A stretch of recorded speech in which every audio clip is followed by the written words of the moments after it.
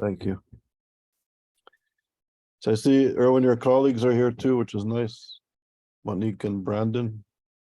Oh, I didn't know that. I'm going to go off camera though, but it's nice to see you. Same here. Bye-bye. Hello, everybody. Thank you for joining us today. Before we start the webinar, I'm going to go ahead and promote everybody from attendee to panelists so that you can turn on your cameras and use your microphones when it's time for a Q&A portion of the lecture. So if you do get a request from me, please accept it. If you don't get a request, just raise your virtual hand and I'll make sure to go back and promote you again. Thank you.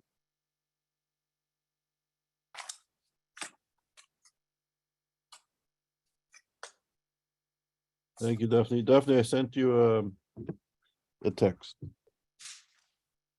Okay.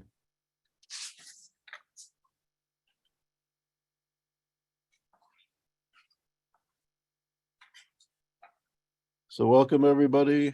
We're going to start in a moment, so please turn on your cameras so we can kind of create a bit of a, I don't know, a virtual community. And we'll start in a moment with Professor Irwin Cotler.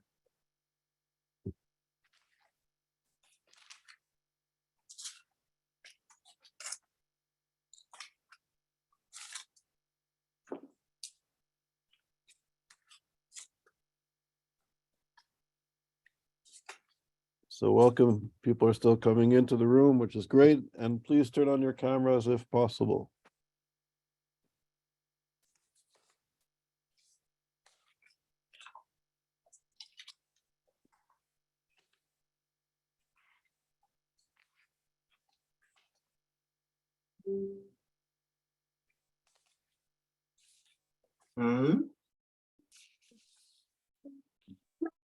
Okay, so we're going to start in a moment. The people are still coming in, which is great. Okay, so I'm going to slowly introduce Irwin as people come into the room, and turn on your cameras, please. So it's wonderful to have such an esteemed speaker today as Professor Irwin Cotler. This is the seminar series, the ISGAP Wolf Institute of Cambridge University seminar series on trying to create a conceptual framework to analyze and understand contemporary anti-Semitism. Professor Irwin Cotler, in a way, does not need an introduction. He's been a leading figure on issues of human rights, social justice, democratic principles, and also the struggle against anti-Semitism, as well as the struggle against apartheid in Bosnia-Herzegovina and in Darfur. Irwin, throughout his career, has been a champion of human rights, fighting all forms of discrimination, racism, and anti-Semitism. Irwin was a professor of human rights law at McGill University. He's a former Minister of Justice of Canada, as well as currently the Special Envoy on issues of Holocaust remembrance and combating anti-Semitism on behalf of the Canadian government. So Irwin's lecture today is entitled Findings and Recommendations, Reflections from Canada's Special Envoy on Preserving Holocaust Remembrance and Combating Anti-Semitism. And it's really a great honor, Irwin, that you're here with us, and thank you very much for taking the time. And the floor is yours. Thank you, Charles. It's a pleasure to be joining you. And may I begin by commending you and ISGAP for your engagement, your scholarly and timely inquiries into contemporary anti-Semitism, and to give a conceptual underpinning for that inquiry. For as we meet, we are witnessing, and indeed have been not only witnessing, but experiencing for some time, a resurgent global anti-Semitism, a resurgence of the oldest, longest, most enduring, toxic, and lethal of hatreds, and which inspired, as Prime Minister Justin Trudeau put it at the time, my appointment as Canada's first special envoy for Holocaust remembrance and combating anti-Semitism in November 2020. I agreed at the time to do it for 1 year, and then agreed to have it extended for another year after the Malmo conference of October 2021, where Canada made a series of important country pledges. And I felt then that it was my responsibility, as it was Canada's, to underpin the implementation of these important country pledges. And I believe that Canada's pledges can serve as a model for other countries. And those pledges included: one, enhancement of Holocaust education and education anti-Semitism, anchored in the notion of the Holocaust as a paradigm for radical evil and anti-Semitism as a paradigm for radical hate, and a calling for such Holocaust education and education anti-Semitism across generational lines. Two, enhanced government, parliament, and civil society involvement in matters relating to Holocaust commemoration and remembrance. We have, of course, as do other countries, International Holocaust Remembrance Day commemoration and National Holocaust Remembrance Day, which we will have in a month, the National Yom HaShoah. But we have sought to elevate it with the participation of the highest levels of government, including the Prime Minister and the Foreign Minister and others, issuing public statements and presiding over these public ceremonies of remembrance, so that it becomes an educational and part of the educational experience and an involvement for Canadians as a whole, and involving the parliamentarians in that process as, in effect, trustees of the Canadian understanding and experience. The third thing is a historic set of undertakings made by the Canadian government. For example, $25 million towards the establishment of the Montreal Holocaust Memorial Center in its enhanced form, a similar contribution with respect to Vancouver. In other words, the first major contributions of such a nature for purposes of Holocaust remembrance, education, and research across Canada. Number four, legislative and announced in the Malmo pledges, prospective legislative and policy initiatives to combat the explosive and incendiary anti-Semitic hate speech on social media. Number five, engaging Canadians in learning about the historic life and legacy of Raoul Wallenberg, Canada's first honorary citizen, whom the United Nations characterized as the most important humanitarian of the 20th century, a person who demonstrated how one person with the compassion to care and the courage to act can confront evil, prevail, and transform history. And it is our view that teaching particularly young Canadians at a time when young people are cynical about political process and the like, of what this inspirational role model accomplished and what each and every one of them can in their own lives do to help change the nature of the and better the human condition. This is an important commitment included in the Malmo pledges.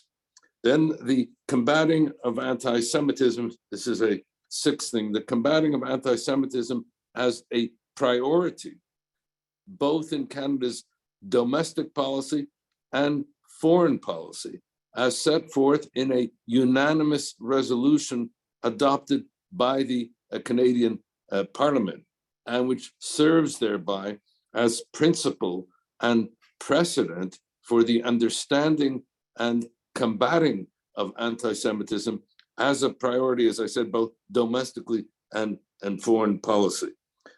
Number seven, to further the understanding of anti-Semitism as an evil that is toxic to democracies, and therefore the promotion and protection of our democracies mandates, in that regard, the combating of anti-Semitism. So, for example, and this would link up to and joining together Holocaust education and remembrance with the combating of anti-Semitism, we take and did this year Kristallnacht as an example. This being this year the 84th anniversary of Kristallnacht. And the point here was to say that Kristallnacht is not only, as it is characterized as the gateway or precursor to the Holocaust, where over a 2-day period of November 9th and 10th, thousands of synagogues were torched and institutions and schools vandalized and 20,000 Jews rounded up and sent to concentration camps, etc. But the important lesson that we try to convey in our commemoration of Kristallnacht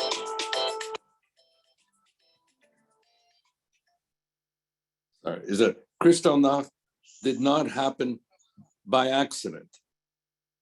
That the first concentration camp, Dachau, was established in 1933. That the Nuremberg race laws were enacted in 1935. That state-sanctioned incitement to hate and to genocide proceeded from 33 until Kristallnacht. And so the important lesson here about protecting democracy. In fact, in my first work in the public service as a special assistant to then John Minister John Turner in Canada, 1968 to 70, he taught me an eternal life lesson in that regard when he would repeat all the time that democracy does not happen by accident. You have to nurture democracy. You have to protect democracy. And we have to understand the connection here that anti-Semitism, as Ahmed Shahid, the former UN Special Rapporteur on freedom of religion and belief, reminded us again and again that anti-Semitism is toxic to democracies. And so in combating anti-Semitism, we are thereby protecting our democracies. Finally, with regard to our Malmo pledges, the pledges established the office of the Special Envoy as a permanent office, and not only as a permanent office, but with a budget of $1.2 million per year, an allocation that has now been designated and which my successor will be able to be the beneficiary and will be able to establish a full functioning office as a result of this Malmo commitment. As well, with respect to my mandate at the time, it also included in its extension being characterized as a senior advisor to both the Prime Minister and the Foreign Minister.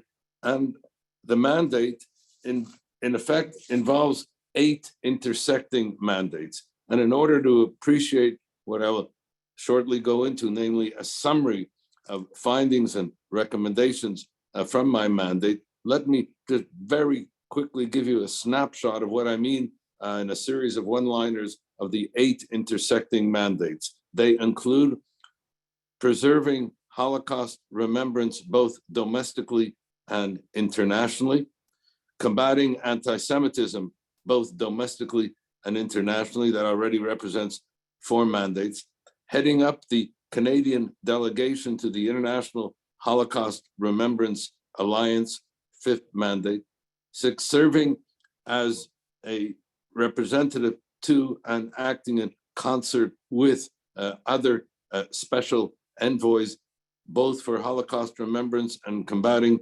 anti-Semitism. And I just got off a meeting of special envoys with respect to Holocaust remembrance. And last week, we had a convening of special envoys with respect to combating anti-Semitism, in which I participated virtually, took place in Spain. But an example here of the mandates, the 7th is working with and representing the diversity of the Canadian Jewish community in all its configurations to government, and finally, working with government, parliament, civil society, the non-Jewish community in Canada regarding the important principle of allyship in the combating of anti-Semitism and engaging as well in the combating of all forms of hate. And here too,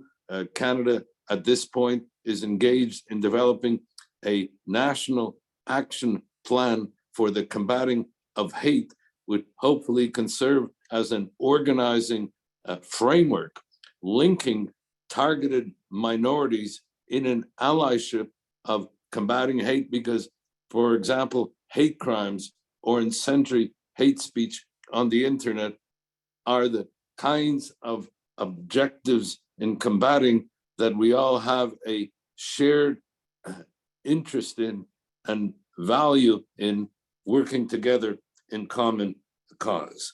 So all these mandates form the backdrop for my sharing with you at this point, as my mandate comes to a close, the principal findings of my mandate and recommendations going forward.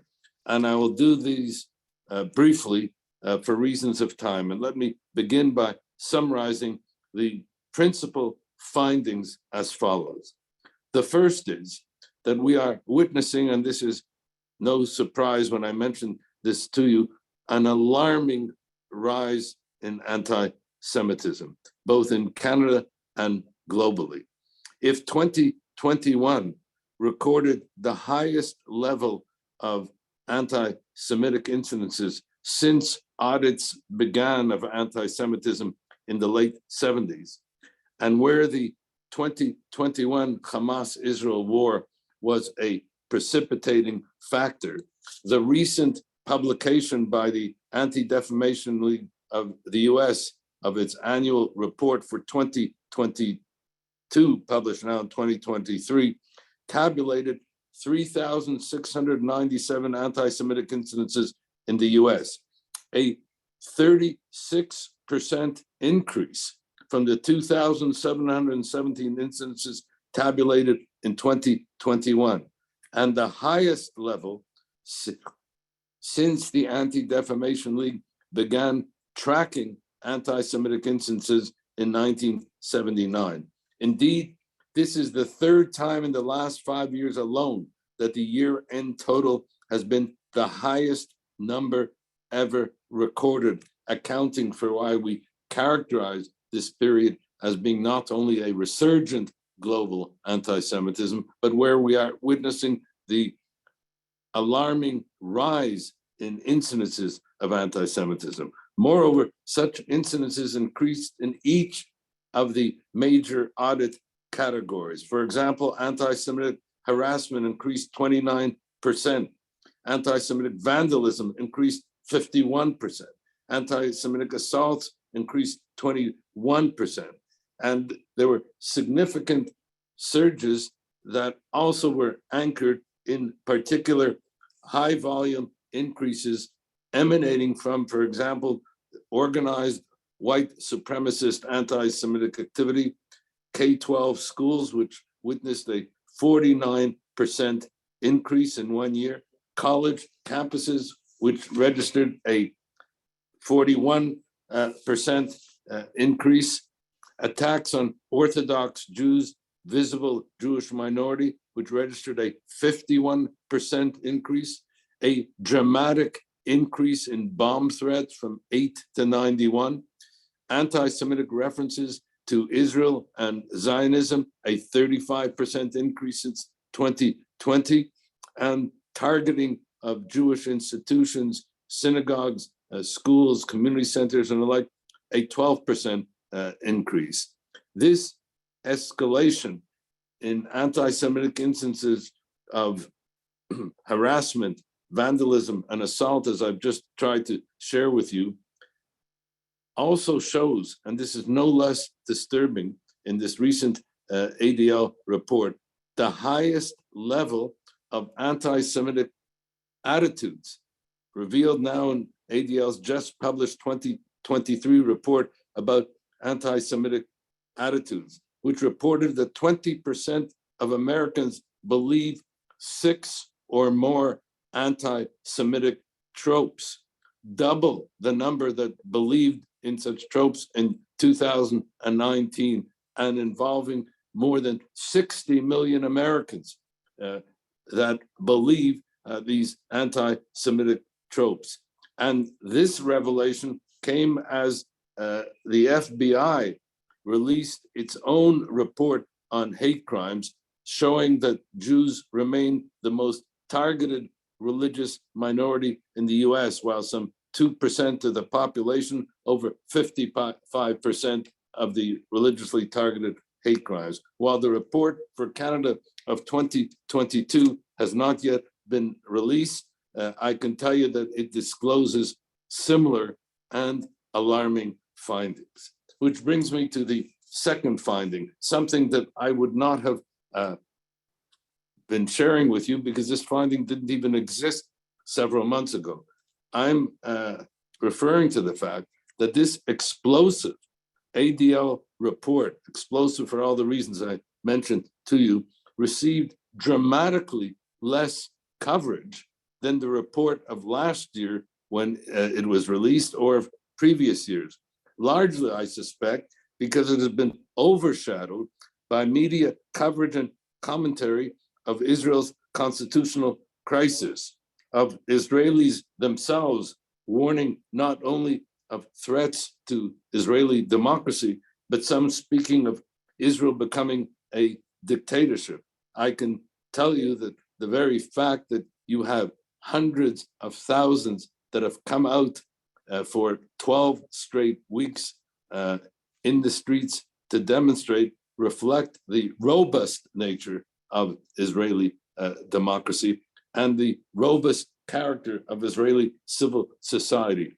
Even were these reforms, which I strongly oppose, the government's proposed constitutional reforms, so-called reforms, to have been implemented. And I'm pleased that as we meet, they've now been put in abeyance. But even were they to have been implemented, Israel would still have remained a democracy. It still would have a freely and fairly elected parliament. It still would have freedom of press. It still would have freedom of assembly. And I mentioned the demonstrations. I can go on. However, and the point that I wish to make here is that the discussion, the narrative that has overshadowed the revelations, dramatic revelations of anti-Semitic instances in the form of anti-Semitic harassment, vandalism, assault, attitudes, and the like, has been overtaken by the references to Israel descending into the abyss, and referencing also of Israeli apartheid and the like. This narrative has overtaken the narrative of the combating of anti-Semitism and undermines both the understanding of that anti-Semitism in its dramatic increases and in its alarming threats as it focuses and mistakenly misrepresents what is happening in Israel. The third finding, and a rather paradoxical one, and that is the highest level of anti-Semitism ever recorded that I mentioned, comes at a time when we have more forces combating anti-Semitism, more engaged in Holocaust remembrance and education than ever before. Indeed, just in this month alone, we've had meetings of special envoys in Brussels, in Spain last week, in London today, and I just got off the call, in Berlin tomorrow. The IRA working definition on anti-Semitism, and IRA itself has expanded to 39 governments. Governments have adopted national action plans to combat anti-Semitism. The European Union and the European Commission have adopted their own action plans. We have Malmo pledges and the like. So how do we account for this seeming the paradox of an alarming rise in anti-Semitism at the same time as we have more forces combating anti-Semitism than ever before. I think this warrants an appreciation, and here ISGAP comes in for its important work in appreciating and providing an understanding of conceptual understanding of anti-Semitism, warrants an appreciation of the origins, nature, and impact of anti-Semitism, not only as the oldest, longest, and most enduring toxic of hatreds, but one which mutates over time and is anchored in one historical, foundational, generic trope, which gives birth to a whole series of tropes. But this generic foundational trope of Jews, the Jewish people of Israel, as the enemy of all that is good and the embodiment of all that is evil, reflecting whatever is the particular zeitgeist or canon at any given moment in time. So when the zeitgeist is religion or the Christian religion, then Jews are guilty of deicide in its contemporary form, one of the variations of it, the Great Replacement theory. When the zeitgeist is the Black Plague, then the Jews are held to be guilty of the poisoning of the wells. And where in its contemporary form, Jews, the Jewish people, Israel, are held to be responsible for manufacturing the COVID pandemic, for causing its spread, and in yet another trope profiting from it. When the zeitgeist was race, the Jews were non-Aryans. When the zeitgeist is anti-race, then the Jews are white supremacists or apologists for the white apartheid state of Israel. And when the zeitgeist was and is human rights, where, as I spoke of it in the 70s, that human rights had emerged as a new secular religion of our time, then within this framing of human rights as a new secular religion of our time, Israel held out to be the meta human rights violator of our time, then Israel ends up being the new geopolitical antichrist of our time. A process which has continued inexorably, indulgently for 50 years, with two major tipping points in that regard. The first, the World Conference Against Racism in Durban, South Africa in 2001, and the legacy of that World Conference on Racism, and the second tipping point being the Hamas-Israel war of May 2021. With respect to the World Conference Against Racism in Durban, which I participated in at the time as a member of the Canadian delegation, there were actually 3 conferences at Durban, and they've all had their legacy to the present day. There was the Intergovernmental Conference, and I was a member of the Canadian delegation. There was an NGO conference, and I was there for certain NGOs, and there was a student conference, which I participated in as well. And those of us who were at Durban have had that experience indelibly impacting not only on our memory, on our psyche. It's somewhat ironic because when it was first announced that there was going to be a World Conference Against Racism in Durban, and announced in the late 90s about it, I looked forward to it with great interest, if not anticipation and excitement. This was going to be the first international human rights conference of the 21st century.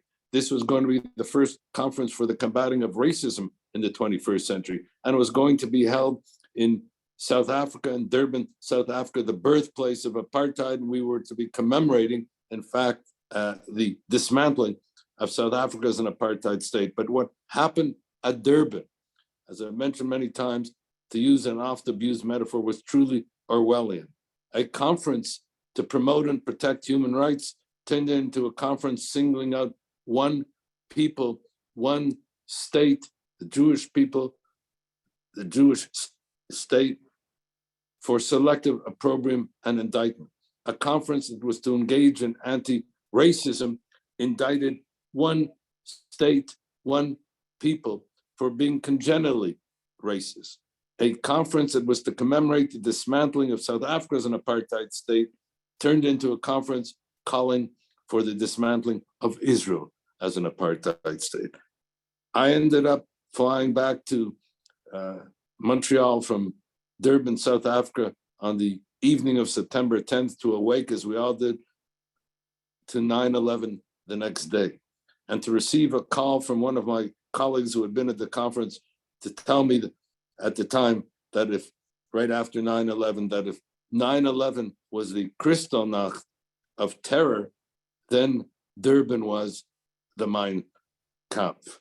And it was the Durban legacy which has persisted to this day, again, inexorably and indulgently, and which included the following. The first conspiratorial trope where Jews themselves, in the immediate aftermath of Durban and 9/11, were blamed for 9/11, where the UN General Assembly met in the aftermath of Durban to condemn one state, Israel, for some 20 condemnations, with some 5 resolutions against the rest of the world combined, where the first convening of what became the BDS MOOC took place at the University of Michigan, where a resolution proposing and supporting a 2-state resolution, if Israel were to become a democratic state, itself somewhat problematic, was defeated in favor of a resolution condemning Israel as an apartheid state. And finally, in an intellectual, moral, and legal legacy that persists to the present day, the trustees to the Geneva Convention, the state contracting parties to the Geneva Convention, the corpus for international humanitarian law, met for the first time in 52 years, the Geneva Convention having been adopted in 1949. First convening of the state parties to the convention, 2001, in the immediate aftermath of Durban. One state was put in the docket of the accused, not Russia, not China, not Iran, not Syria, one state. It happened to be Israel. The contracting parties to the Geneva Convention have met twice since to put only one state in the docket of the accused. Again, that state happens to be Israel. Now, none of this is intended to suggest that Israel is somehow above the law or should not be held accountable for any violations of human rights and humanitarian law. Not at all.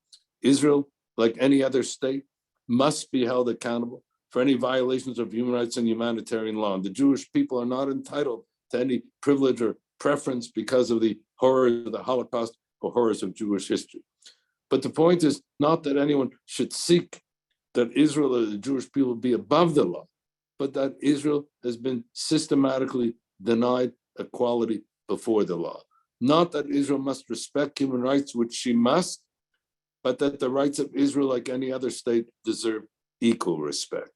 Not that human rights standards should not be applied to Israel, which they must be, but that these standards must be applied equally to everyone else. In other words, the whole notion of anti-Semitism, as Ahmed Shahid has put it so well, warrants having a human rights lens. And it's through that human rights lens that we can appreciate the 2 major manifestations of anti-Semitism, classical and new. Classical anti-Semitism is a discrimination against, denial of, assault upon the rights of Jews to live as equal members in whatever society they inhabit.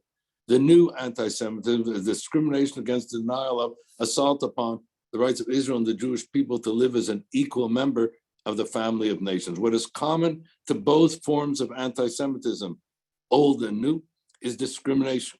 All that has happened is moved from discrimination against Jews as individuals to discrimination against Jews as a people, reverberating back again to discrimination against Jews as individuals, and warranting thereby, as Dr. Ahmed Shahid has put it, this human rights lens to appreciate this whole notion of traditional and new anti-Semitism under the framing of anti-racism. The second tipping point that I mentioned was the Hamas war of May 2021, where, for example, in Canada, Jews were targeted in the streets and in their communities, in the campuses and in the neighborhoods. Synagogues were torched, Holocaust memorials were defaced, cemeteries were vandalized, institutions themselves were assaulted, the whole resulting in two empirical indices of importance and continuing. The first, the highest level ever of hate crimes against Jews, and two, incendiary hate speech, where you had 17,000 tweets in one day with respect to using the Israel Nazi analogy and the like, which leads me to the fourth finding that I want to share with you, and I'll move more quickly now, and that is the globalization of anti-Semitism. When I speak of the globalization of anti-Semitism, I'm not speaking only about the fact that anti-Semitism is finding global expression. I'm speaking about the interactive nature of that globalization. So, for example, when in May 2021, you had convoys going through the streets of London, England, saying, F the Jews will rape your daughters, you had the very next day convoys going through the streets of Toronto saying exactly the same thing. Not only the interactive nature of the globalization, but almost the orchestrated character of that interaction itself facilitated by social media and the like. The fifth finding is the changing paradigm for the combating of anti-Semitism. We have also always spoken about combating anti-Semitism, and when I entered into my role as Special Envoy, that paradigm was prominent, namely combating anti-Semitism from the far right, from the far left, and radical Islam. That remains true. But one of the more important findings that has emerged from my work as Special Envoy has been the increasing mainstreaming, normalizing, legitimation of anti-Semitism in the political culture, the popular culture, the entertainment culture, the sports culture, and in particular in the campus culture, with an absence of outrage and underpinned by increasing indifference and inaction, which leads me to the sixth principal finding, and that is the marginalization of the combating of anti-Semitism in the overall combating of racism and hate. Let there be no mistake about it. We must be engaged in the combating of systemic racism against Indigenous people, Blacks, Muslims, people of color, Asian Canadians, and the like. But what I found in my first months as Special Envoy was that the combating of anti-Semitism was being marginalized in the overall struggle against the necessary combating of all forms of racism and hate. I can give you many examples which would take up the rest of the time here, but let me just give you one example of many, and that is the calls to action by the Privy Council representing the government, public service, and the like, properly and necessarily called for the combating of all these other forms of racism and hate that I mentioned. It made no reference in the call to action, not one reference to anti-Semitism.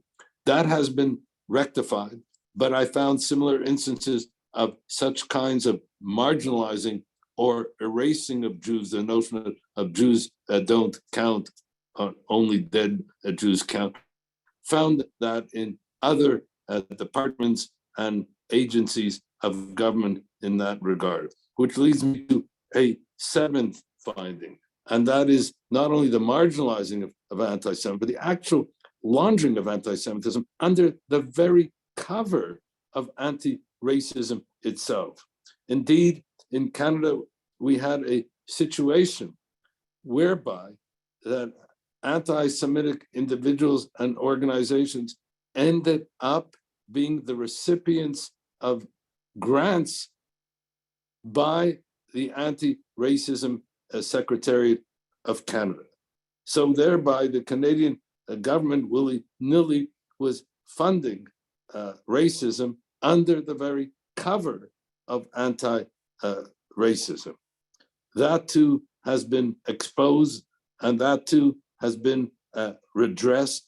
But this phenomenon of the laundering of anti-Semitism under the very cover of anti-racism is something that one has to be always diligent and engage with, which leads to the 8th finding, and that is the laundering of anti-Semitism under universal public values.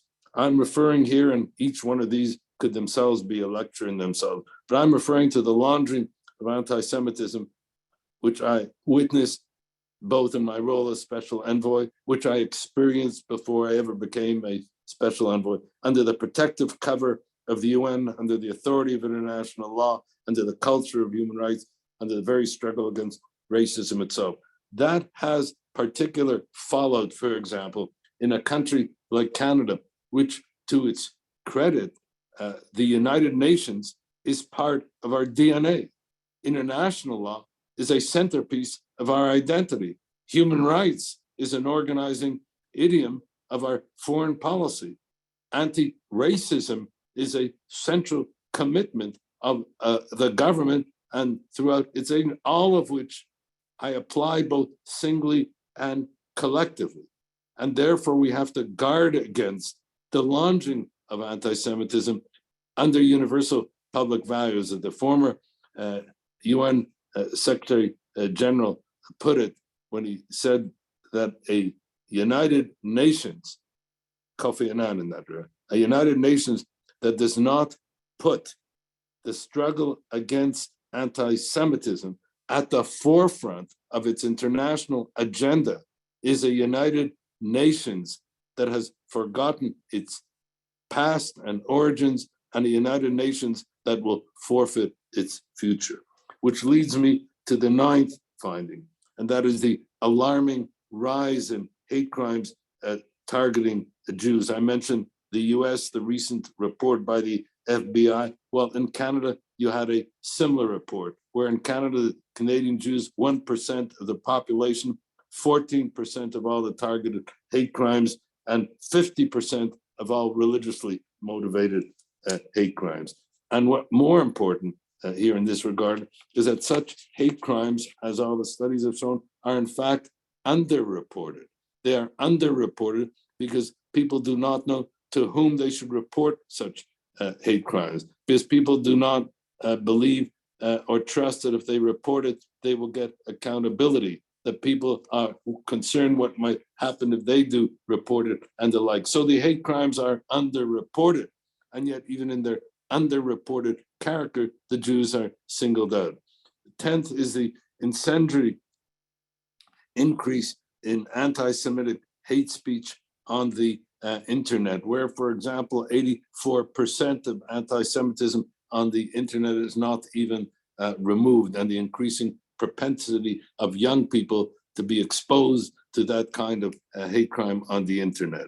The 11th that I've found, and is disconcerting, has been the erosion of allyship, where Jewish community would be working in allyship and in common cause with fellow targeted minorities. That increasingly has been witnessing a distancing between the minorities rather than a coming together. The 12th has been what I would call the weaponization of anti-Semitism, where anti-Semitism is called out in the other's political party, but not in one's own. And finally, this increase in Holocaust denial and distortion. So all these, and I just listed 13 of the principal findings, but this brings at this point to the second part of my remarks, which will have to be even briefer in that regard, and that is the particular responsibilities and recommendations as to what needs to be done in terms of combating anti-Semitism. Since my notes seem to have disappeared, let me just do this from memory and recall. The first thing is that governments should enact and implement a national action plan to combat anti-Semitism. You need to have a national strategy. That national strategy has to be not only developed, but implemented. It has to be monitored. There has to be oversight, but one has to begin with the framing of a national action plan to combat anti-Semitism. Two, it has to be seen as a whole of government commitment. And therefore, one needs to have a commitment to that national action plan and to its implementation at the highest levels of government and involving senior officials in that regard. One of the concerns that I had from my own experience in government was that governments tend and ministries to work in silos. And so one of the things I've done is to set up an informal advisory group of government ministers so that the Minister of Justice and the Minister of Foreign Affairs and the Minister of Public Security and the Minister of Public Heritage and Ministers of Diversity, Heritage and Inclusion can all work singly and collectively together in the development and implementation of that national action plan to combat anti-Semitism. The third thing, and I referenced it before as a Malmo pledge, and that is the importance not only of Holocaust education, but the importance of education regarding anti-Semitism. The whole underscored by the need to appreciate the interrelationship of the Holocaust as a paradigm for radical evil and anti-Semitism as a paradigm for radical hate.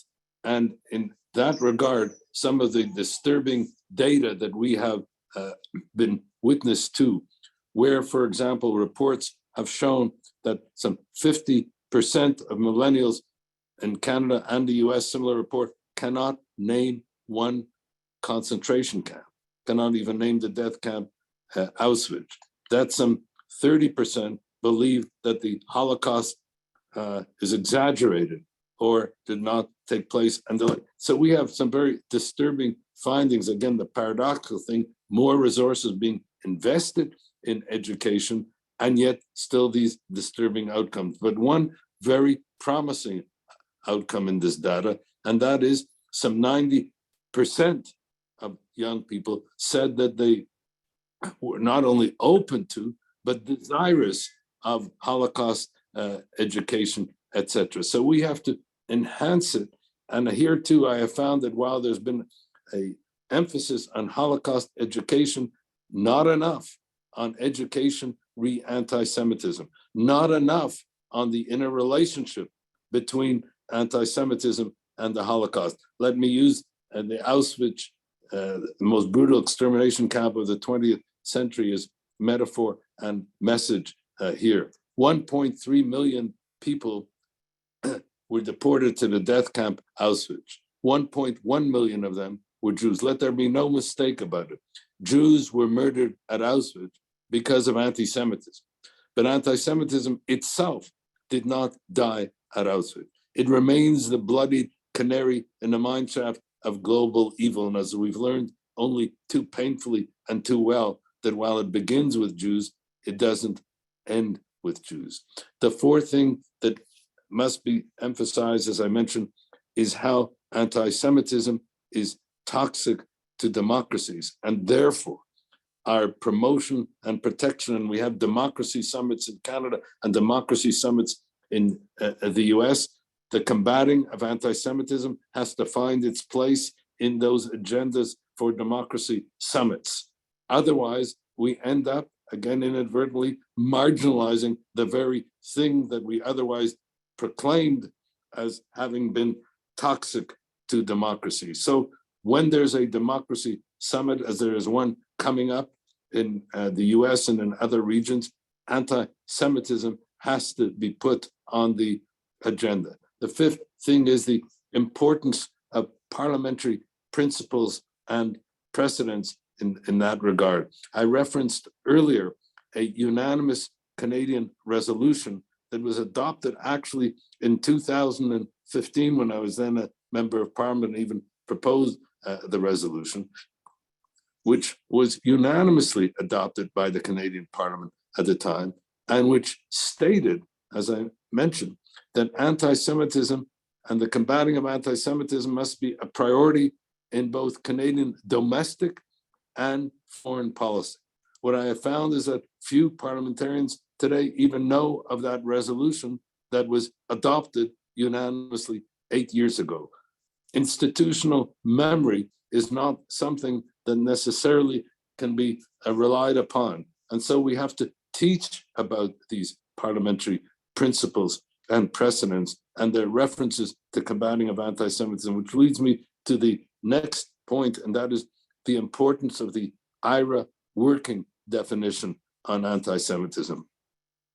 The most authoritative, comprehensive, and international consensus definition that we have. But what is not so well known, the most transparently and democratically adopted definition, a definition that was adopted over a 15-year decision-making period in which I had the privilege to participate both as a member of parliament and the initial drafting of that resolution in the aftermath of the World Conference against Durban.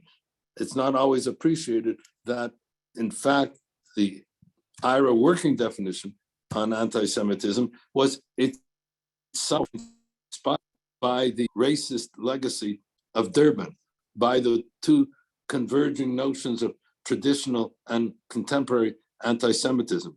That as Minister of Justice in 2005, I worked together with the European Council to combat racism and xenophobia, which drafted in 2005 what then became the IRA working definition, adopted in 2016, and where the Interparliamentary Conference to Combat Anti-Semitism, hosted by the Canadian Parliament in Ottawa in 2010, adopted the Ottawa Parliamentary Protocol to Combat Anti-Semitism, which framed what is now the IRA working definition without a change of a comma or word since.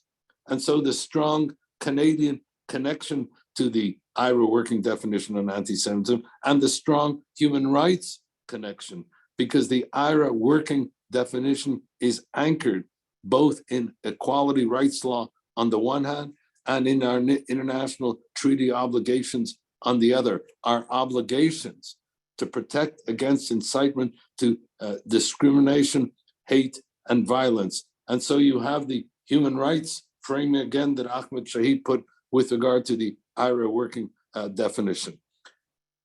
Moving ahead, as a seventh type of recommendation, is the combating of hate crimes around the 4 Ps, as I've called it. The prevention of such hate crimes to begin with, the protection of the targets of hate crimes, the prosecution of the perpetrators of hate crimes, and the partnerships between governments, federal, provincial, municipal, and civil society in the combating of hate crimes. The eighth would be the whole inclusive approach that is necessary for the combating of the explosive, incendiary hate speech on the internet, and particularly the anti-Semitic hate speech. And I'm delighted there's an interparliamentary task force to combat anti-Semitism that held hearings in Washington, which I participated. A forthcoming hearing at the end of June to be held in Brussels, which has issued an action plan with regard to the various responsibilities in that regard of governments and parliaments and social media and the like, and where, as I mentioned, our Malmo pledges have committed Canada to legislative and policy initiatives in that regard, and where such legislative and policy initiatives are now being framed and implemented as we meet. May I close just with 2 other references, as I mentioned, the importance of allyship. And what I've been seeking to do in my role here as Special Envoy is to meet with as much of the prospective allies as possible. I don't only mean other targeted minorities and their representatives. And recently I had a long conversation with the newly appointed Canadian Special Representative for the Combating of Islamophobia, Amira Al-Gharabi. And we are going to be working together in common cause as one example of that allyship. But we've gone beyond that. I've sought to meet with all the major law firms in Canada, each one of them now having a diversity, equity, and inclusion program, but to ensure that the combating of anti-Semitism is part of diversity, equity, and inclusion, and is not erased from it or turned on its head.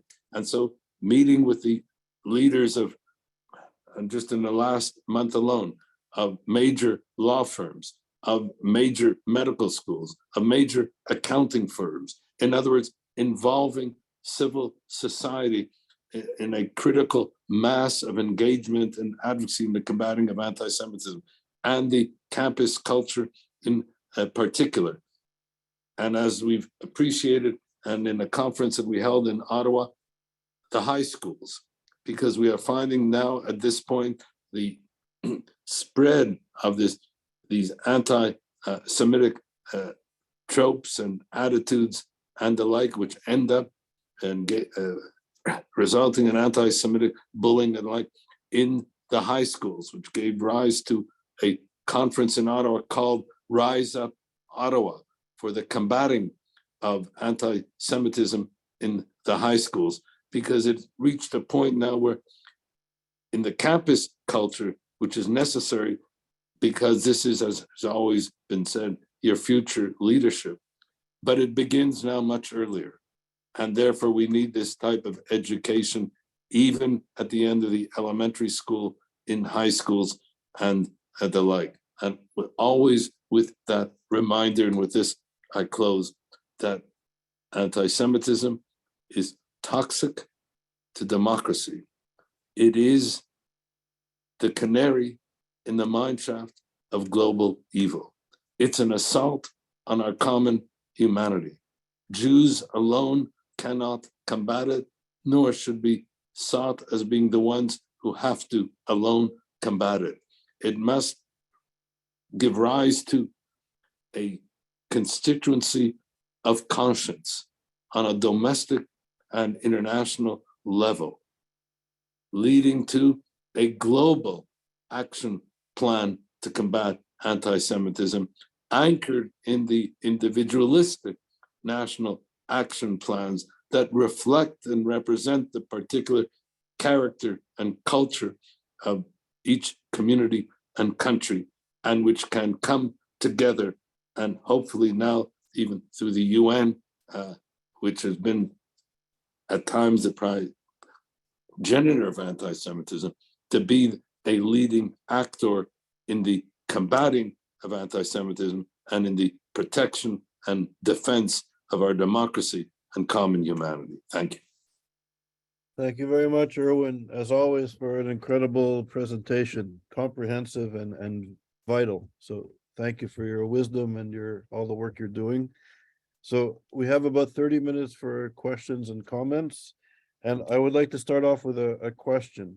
There's a lot, I'm not going to do justice to your lecture, but I'll ask, I guess, two quick questions. One's at a conceptual level, because we're trying to create a conceptual framework to understand anti-Semitism. And another, I guess, is at the practical level.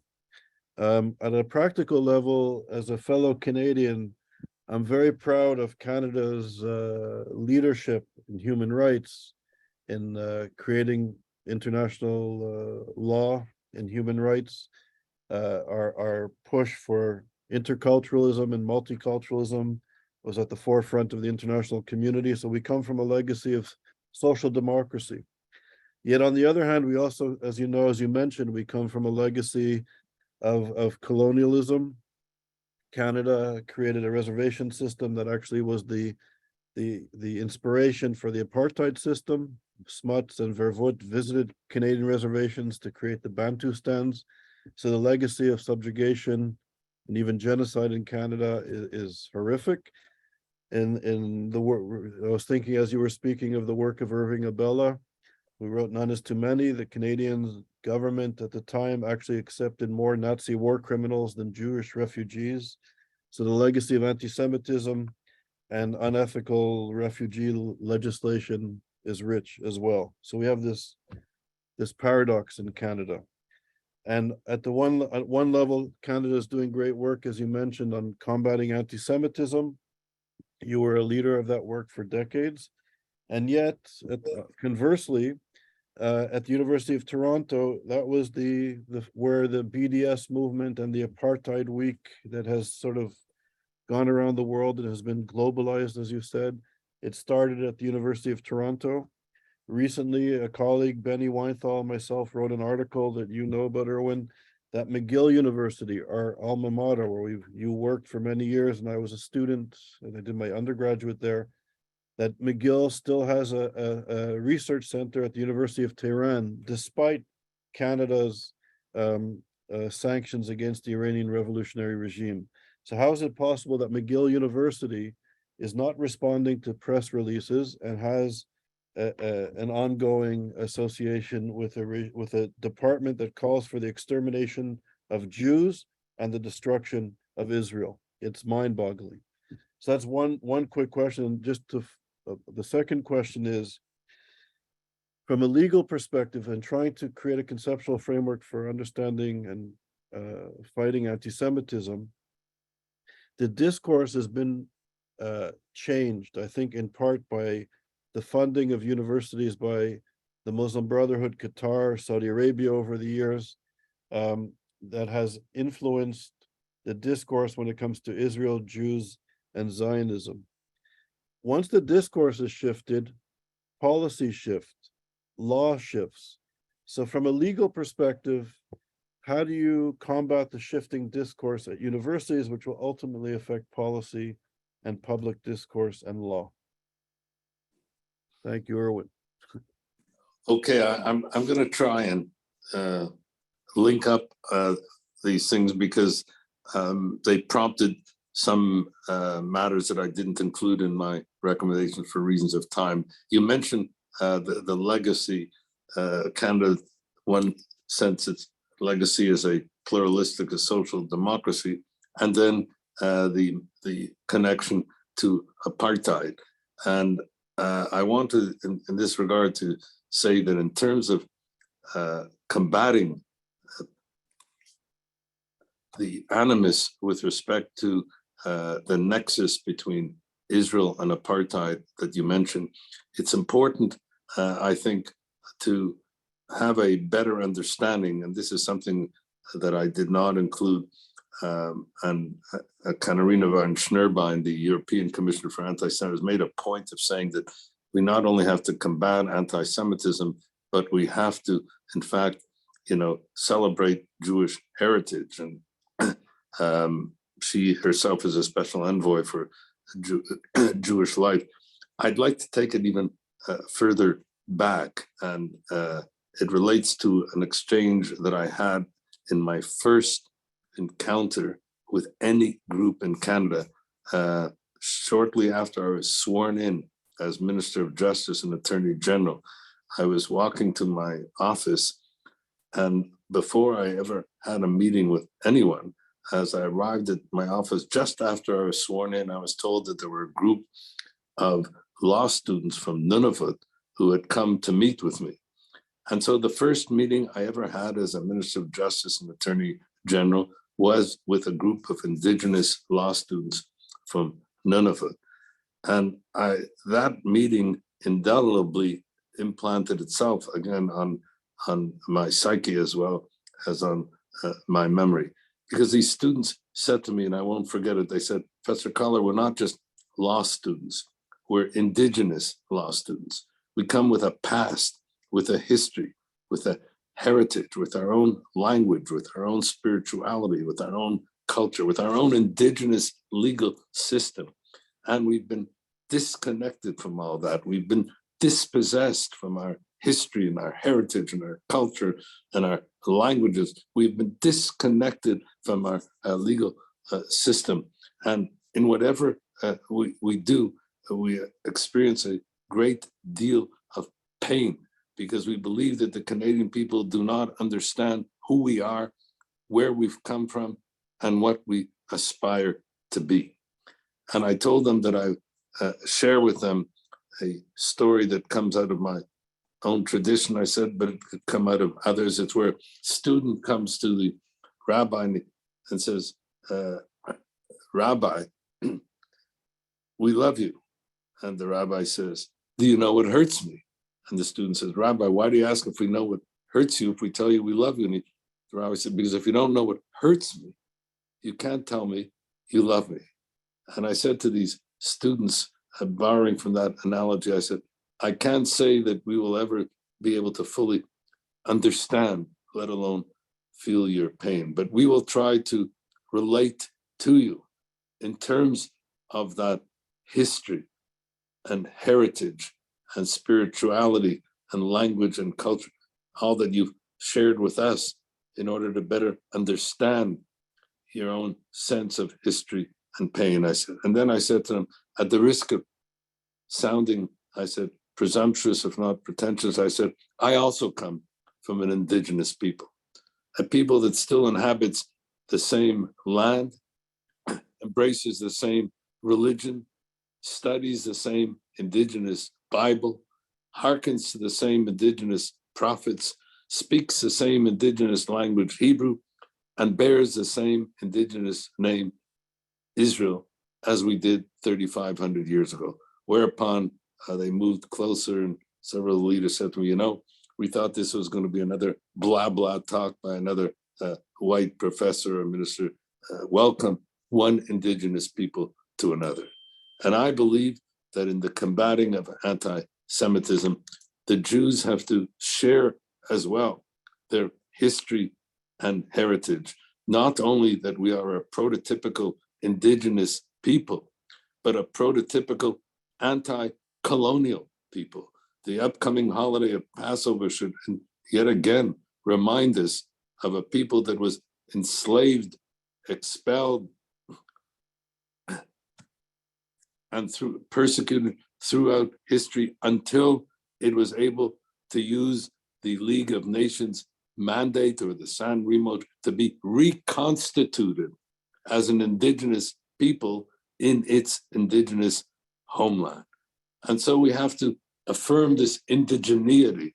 We have to affirm this anti-colonialism, and we have to affirm the diversity of the Jewish people as being a multi-racial, multicultural, multilinguistic, multi-ethnic people, because otherwise the framing of Israel Apartheid Week is anchored in that stereotypical white and then white supremacist notion that underpins Israel Apartheid Week. And that leads me to the question, the referencing that you made with regard to Iran. It's scandalous that at a time when we are witnessing a historic human rights movement in Iran, a movement led by women, but that has engaged young people, trade union leaders, academics, artists, scientists, and the like, the whole of society in Iran around the theme of women, life, freedom. At the time that the Iranian people are engaged in a historic revolution, and at a time that the regime in Iran is engaged in a five-fold threat: nuclear, terrorist, hegemonic, incitement, and massive domestic repression of its own people, this is not a time for any university in Canada to be an accomplice in that regime.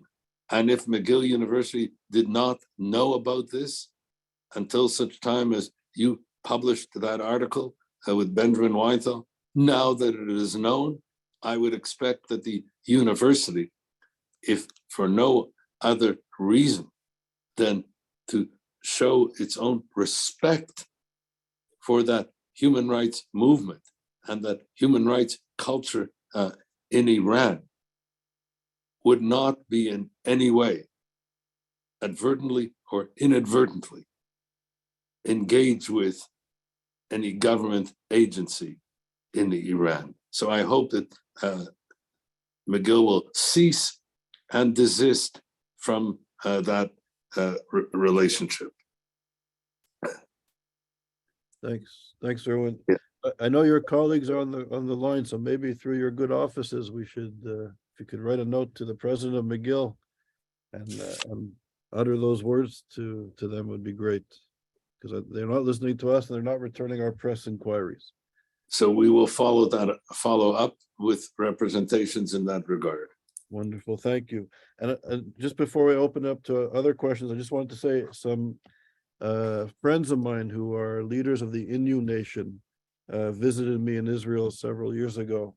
And it was incredible where we met leading rabbis and environmentalists, and it was the indigenous connection of the Jewish people to the land, how our holidays and days are very much connected to the earth, was really explored. Very, very inspiring. So so your perspective is very important, and I hope more Jewish people internalize it. So I'd be happy to open it up to comments or questions. Could you please raise your electronic hand if possible? And I know there's a few questions in the chat, but I'd prefer to give somebody who's on camera. Does anybody want to ask a question online? Okay, Bill. Bill, you're Hi. muted. So Hi. yeah, I'm here now. So Hear you. Professor Cotler, first of all, thank you very much for the amazing talk. I just wanted, I know you came back to this point again and again, and in a way, maybe you've already discussed this, but can you outline a little bit more at greater length the relationship between anti-Semitism and democracy? Why is that so crucial? Why is that the canary in the coal mine? I mean, my instinct and intuition is that, of course, you're right, but I wanted to know if you could give a little bit more language to it. Yeah, well, the language, as I said, and the analogy I used was the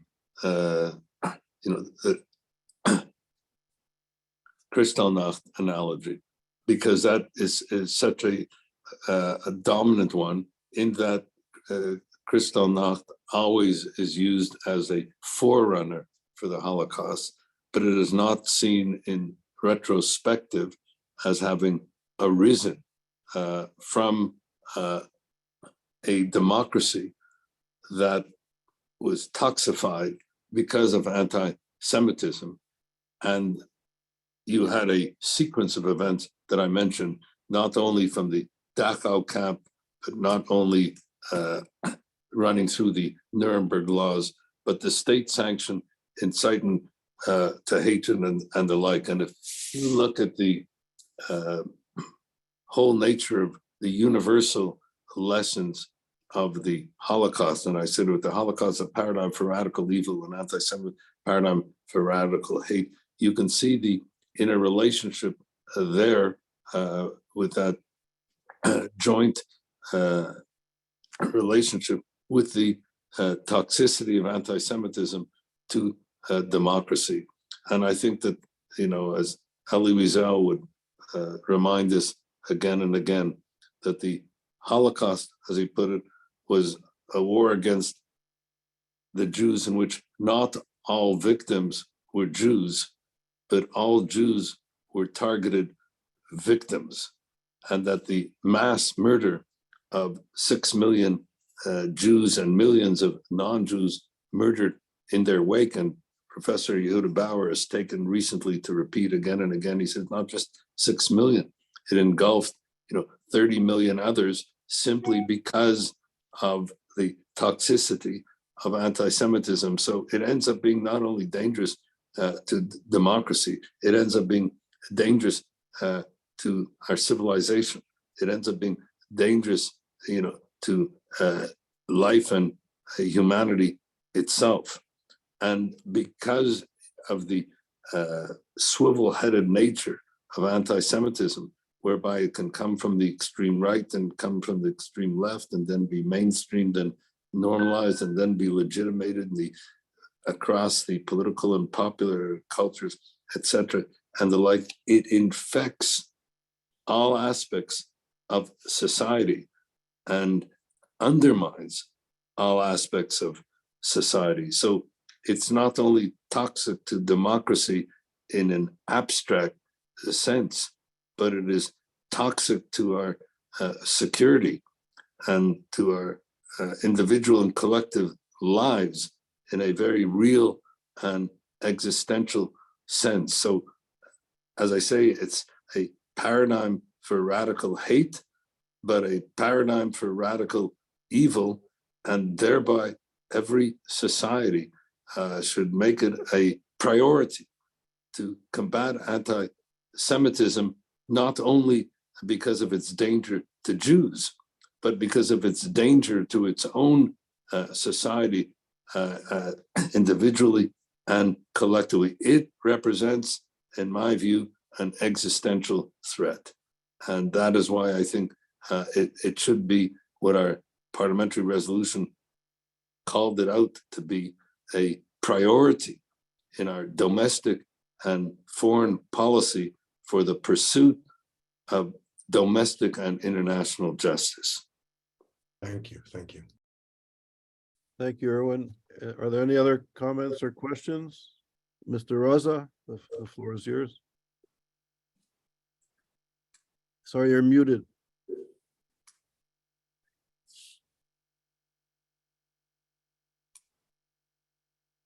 Good morning. My name is Sohail Raza. I'm the director of Council of Muslims Against Antisemitism. We hold a seminar every year in the Holocaust Education Week.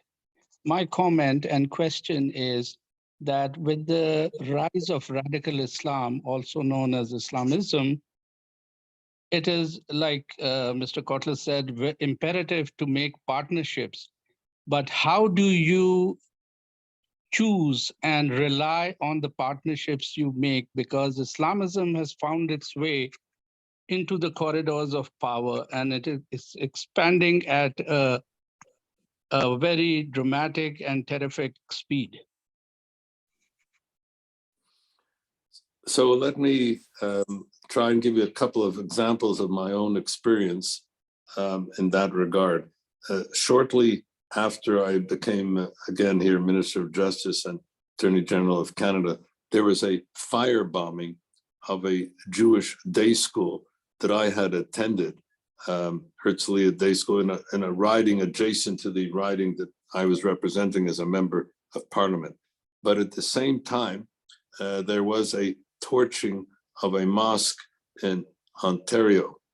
And so what I then sought to do is to bring together the leadership of the Jewish and Muslim communities to jointly condemn both the firebombing of the Jewish day school and the torching of the mosque, but not to leave it there, to then have a joint parliamentary condemnation in Parliament, and to then set up, as I did at the time, a joint Jewish, Muslim, and other minorities national council for the protection of human security. And we sought in that regard to not only protect the two minorities, but this led to, at the time, a national justice initiative to combat racism and hate, which was the first of its kind, which we enacted then in 2004 in Canada, and is framing what now is, once again, as I say, sometimes there's no institutional memory, what is now a national action plan to combat hate. I would like to see the Muslim community and the Jewish community in concert with other targeted minorities, along with parliamentarians and Canadian civil society, working in common cause to combat what is, as I say, a threat to our way of life, and to call out, I think it's very important that Muslims must call out within their own community those that are engaged in any hate speech or anti-Semitic speech and the like, just as Jews would have to call out within their own community any type of anti-Muslim incitement. In other words, we have to guard against the weaponization of hate against the other and not do it against and hold accountable those within our own community. So I'm hoping that this national action plan against hate will give rise and expression to the kinds of organization that you are heading. That is the direction of Muslims against anti-Semitism, or the Council of Imams that has adopted the IRA working definition on anti-Semitism, and that has demonstrated how the IRA working definition can not only be a model for the combating of anti-Semitism, but how it can actually be used with respect to combating Islamophobia and the like. So I do believe that working in common cause, we can begin to not only benefit each of our own respective communities, but advance the public welfare and the human condition as a whole. So I want to commend your group, because I know the work that you do. And I think that you are showing exemplary leadership, and the kind of leadership that combats anti-Semitism in the most effective way possible. Thank you.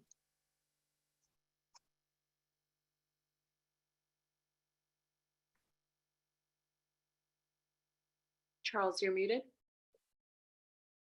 I just said some wise words. No, sorry about that. I said, Mr. Reza, from far away, we've never spoke or met, but I've followed your organization's work, and you do very important work, so thank you. So next we have Anita Bromberg and then Ellen Masters, and we have about 6 minutes, so try to be brief. Well, that's a tall order. Thank you. And very interesting talk with a lot of good action items. So thank you, Professor Cotler, always a source of direction. My question has to do with the IHRA definition as a framework. Every time a body, a governmental or institutional body is approached with the adoption, I believe Winnipeg is next up, the city of Winnipeg, to adopt it. Those that oppose the definition descend, and some carrying the name of Jewish organizations, causing disunity, but even more spreading hate. School boards in particular have been privy to this onslaught. So my question has to do with, how do we implement the IHRA definition, as a matter of policy, creating the kind of unity that we might need? And the supplement question is, do you think, since I think Canada was a leader in that, right back to the Ottawa Protocol, which I remember attending with Honorable Kenny and of course Professor Cotler, but I don't even remember what year it is. But here the policy, the definition sits as a policy, and yet every time we try to take it down to different levels of government, the pushback is humongous. Do you think that a top-down strategy is necessary? For example, should the Canadian government, or in the case of education, should the provincial governments tell their school boards to find ways to implement it, rather than us having to discuss at every level of government over and over again the need for the definition? What's the strategy? So you have 2 minutes, so Ellen could ask her final question. Yeah, you brought up some very important points. Interesting enough, Anita, I just addressed the Winnipeg City Council just last night on this very issue, and I tried to share with them not only the Canadian connection to the development of the IRA working definition, its human rights origins and framework and the like, but the importance of why it should be adopted for all the reasons I tried to say in my talk today. And I do believe that it is the responsibility the Malmo pledges was not, one of them was to enhance the adoption and implementation of the IRA working definition on anti-Semitism. It's not only important to adopt it, it's important to implement it. And I've tried as special envoy to make the education and training, exactly what you were saying, education and training amongst department and agencies of government, part of the government responsibility to implement and mainstream the IRA working definition. We have to mainstream it across governments, parliaments, civil society organizations, but it has to be one that the judiciary can use, the police can use, law enforcement groups can use, universities can use. In other words, the IRA working definition is a resource. And it's based on the principle that if you can't identify or recognize or define anti-Semitism, you won't be able to effectively combat it. And because it is so important for all the reasons I mentioned to combat it, it becomes essential for us to mainstream and implement the understanding of what IRA is all about. We haven't done what needs to be done. It has to be done by the federal government across all its department and agencies. We've now introduced education and training in that regard, and it has to be done by the provinces, as you've mentioned, municipalities, and the like. Thank you, Irwin and Anita. So Ellen, the floor is yours. Kol hakavod, Irwin, that was an excellent presentation. I also want to ask the question, as a Jewish educator, I understand the importance of teaching Raoul Wallenberg and what he did and his impact, and through your organization as well. And I was wondering, has anybody created a curriculum on Wallenberg that can be taught to students that I could, use more resources? Well, the Swedes have developed a curriculum in that regard, and I think it's something that is now going to become more publicly available. So that's one source in that regard. As well, we have committed ourselves in our Malmo pledges. It's an express pledge for the teaching and learning about Raoul Wallenberg. And so I've asked the Canadian government in terms of implementing that pledge, because it's a government pledge now, that they prepare materials regarding Raoul Wallenberg. We have, through our work as special envoy in the Wallenberg Center, prepared some materials which we could make available to you that we have sent on Raoul Wallenberg Day, or for use on Raoul Wallenberg Day, to provincial governments across the country, and we can make and share those materials with you. Thank you. So thank you, Ellen. And so Irwin, so I have one brief announcement, but before I make the announcement, Irwin, on behalf of everybody at ISGAP and me at a personal level, thank you so much for taking the time to be with us and for your insights and wisdom as always, and continued strength. Your work is very important, and I wish you all the best with your work and efforts. And as you conclude your position in Canada, I'm sure you'll continue to be active on these issues as always. So thank you, Irwin. And just the brief announcement is next week we have another excellent speaker, Professor Yossi Shane from Tel Aviv University, former member of the Knesset and the head of the Vatat, the higher education in Israel, and a regular partner here at ISGAP.